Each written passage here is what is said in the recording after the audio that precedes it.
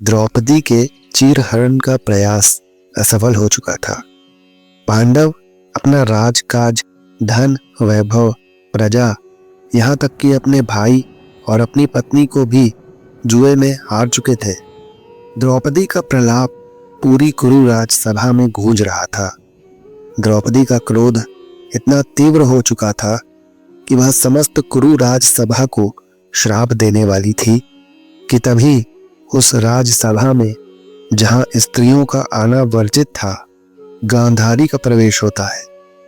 गांधारी विलाप कर रही द्रौपदी को श्राप न देने की प्रार्थना करती है। गांधारी द्रौपदी से कहती है कि हे पुत्री, श्राप न देना, अपने इस वंश को तू श्राप न देना। यह लोग जैसे भी हैं मेरे हैं, यह लोग तेरे भी हैं पुत्री। अपने पितामह काका विदुर, ज्येष्ठ पिताश्री गुरु द्रोण, कुल गुरु कृपाचार्य को क्षमा कर दे।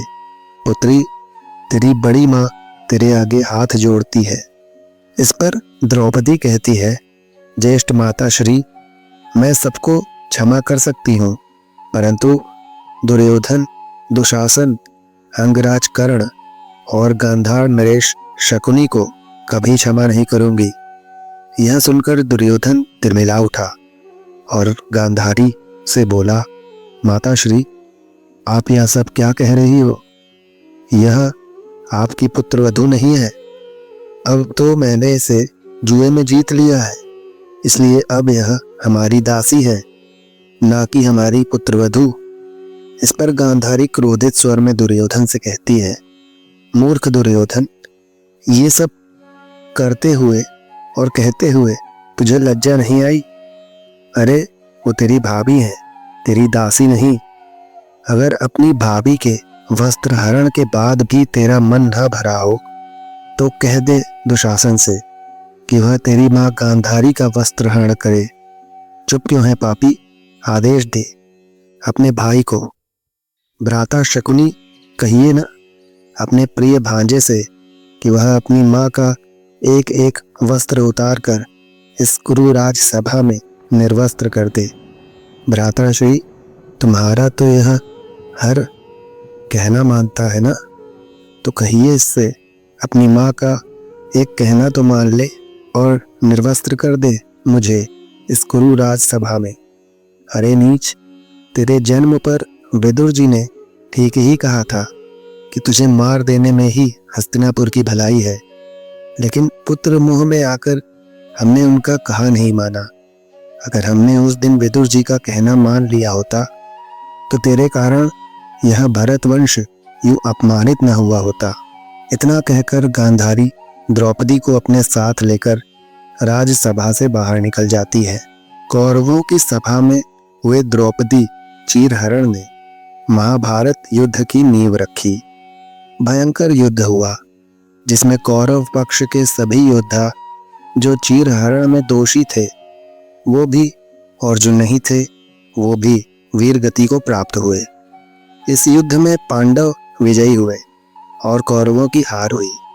महाभारत युद्ध में विजय के पश्चात द्रौपदी कौरवों के शिविर में बैठी युद्ध के बारे में विचार कर रही थी कि तभी गांधारी द्रौपदी से मिलने शिविर में पहुंची। गांधारी ने द्रौपदी से कहा, हस्तिनापुर की महारानी द्रौपदी की जय हो। क्या आप मेरा प्रणाम स्वीकार करेंगी? द्रौपदी गांधारी के चरणों में गिरकर रोने लगती है। गांधारी द्रौपदी से कहती है, अपनी विजय पर यूं रोते नहीं है पुत्री, मेरा कहना मानो तो इस शिविर को छोड़कर चली जाओ। यह शिविर तुम्हारे ज्येष्ठ पिताश्री की मरी हुई महत्वाकांक्षा और तुम्हारे देवर दुर्योधन के अहंकार का शिविर है।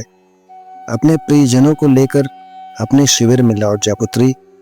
यह सुनकर द्रौपदी ने कहा, ज्येष्ठ माता श्री, मैं विजय शिविर में नहीं आई हूँ, मैं अपनी ज्येष्ठ माता श्री का आशीर्वाद लेने आई हूँ। गांधारी ने रोते हुए कहा, पुत्री, इस समय मेरा दुर्योधन अपने लहू से नहाया रणभूमि में अकेला पड़ा है, अपनी मृत्यु की प्रतीक्षा कर रहा है। बहुत अकेला है वो, बहुत पीड़ा में है पुत्री। दुर्योधन की पीड़ा देखकर मेरा हृदय शून्य हो गया है। इस समय तुम्हें देने के लिए ना तो मेरे पास कोई आशीर्वाद है और ना ही कोई श्राप। और हे महारानी द्रौपदी, मैं आज यहाँ तुमसे कुछ मांगने जरूर आई हूँ। हे कुलवधु, हे पुत्री, यदि संभव हो तो मेरे पुत्र दुर्योधन और दुशासन को माफ कर देना। उन्हें अपनी घृणा से मुक्त कर दे पुत्री। चाहे तो अपने अपमान के बदले मेरा अपमान कर ले, पर मेरे पुत्र दुर्योधन को क्षमा कर दे पुत्री, क्षमा कर दे। मित्रों, ये छोटा सा संवाद हमें बहुत कुछ सिखाता है कि एक माँ अपने पुत्र के लिए किसी भी हद तक गुजर सकती है। गांधारी जानती थी कि उसका पुत्र दुर्योधन पापी है। उसने छल का सहारा लेकर द्यूत सभा में पांडवों की संपत्ति, उनका राज्य, उनका वैभव सब कुछ हड़प लिया है। इतना ही नहीं, उसके पुत्र ने अपनी भाभी का वस्त्रहरण जैसा कुकर्म करने का असफल प्रयास भी किया है।